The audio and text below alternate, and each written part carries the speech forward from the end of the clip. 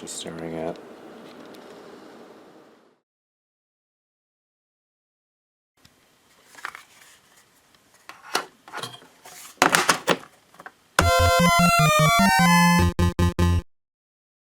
Flipull, an exciting cube game, released in 1989 for the Nintendo Family Computer courtesy of Taito, and a frequent inclusion among the many 101 Famicom and NES multicart things back in the day, which is how I first learned of this game as a younger fellow. But we're not playing on a multicart, we're playing on a genuine, honest-to-goodness Famicom cassette tape cartridge thing, on the closest thing to a genuine, honest-to-goodness HD NES thing we've got around these parts. Yeah, don't get too excited, this isn't a total jump to the modern day, there's still plenty of low-res DVD rips to come because that's where all the fun stuff comes in.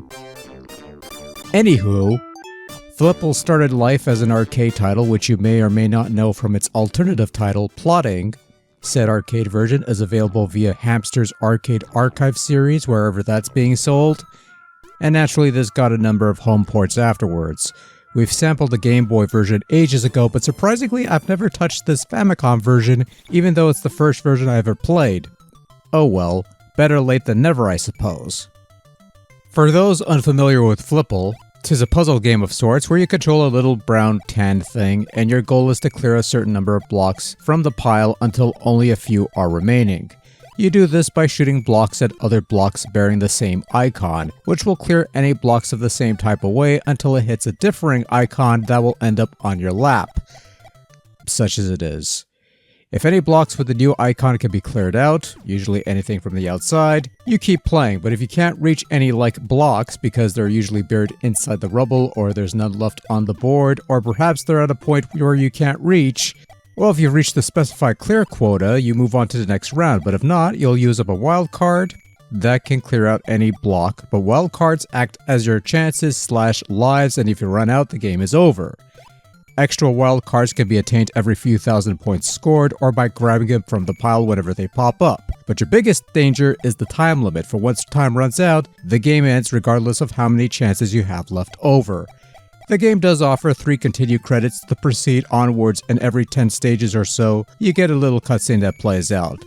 Flipull is a single-player game that boasts 2 modes of play, normal and advance, with normal being the standard game mode and advance giving you specific puzzles that require specific moves to solve, and if you mess up, it's game over. On the bright side, you do have unlimited continues in this mode to try again if desired. Flipull is a game whose mechanics are seemingly simple to grasp, which should make this an easy game to just pick up and play on the surface at least, but by no means is this a pleasant romp of earth tones, browns and beiges, and mother of pearls. This game also goes by the name of Plotting for a reason, and that is you have to plot your moves carefully as you're dwindling down this pile of blocks to a target amount. It's not enough to mindlessly clear away blocks of the same type like some other puzzle games. You really do need to think several moves ahead, making sure the next block you get bears the symbol shared with blocks on the outer edge of the pile that you're most likely to hit.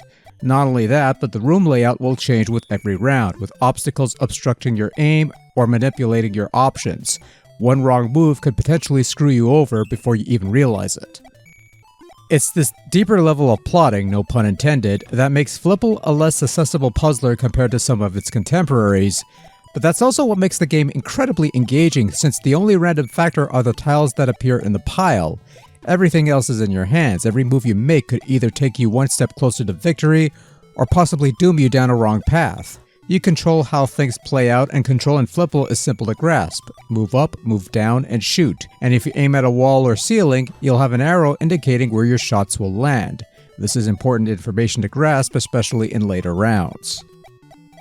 Flipull is a visually simplistic game. Lots of brown blocks, a brown little blob thing, some colorful abstract looking backdrops that changes with each round, and some clearly defined tiles that will sometimes change to fruit-themed tiles whenever you do well. It's not much to look at, but it gets the job done in replicating the arcade visuals well enough in the Famicom hardware, and it's a clean-looking layout that communicates everything clearly.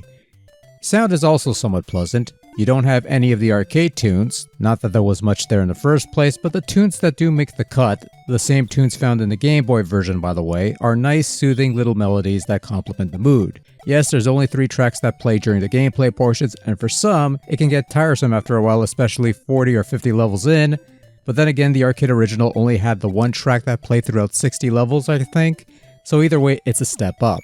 The sound effects are also quite pleasant. Well, most of them anyway. Flipull is a tremendous puzzler that I feel doesn't get enough shine these days. It's seemingly simple to learn and grasp the fundamentals, but the deeper you dive in, the more complex and thought-provoking it becomes, presenting a challenge that relies more on good planning than quick reflexes.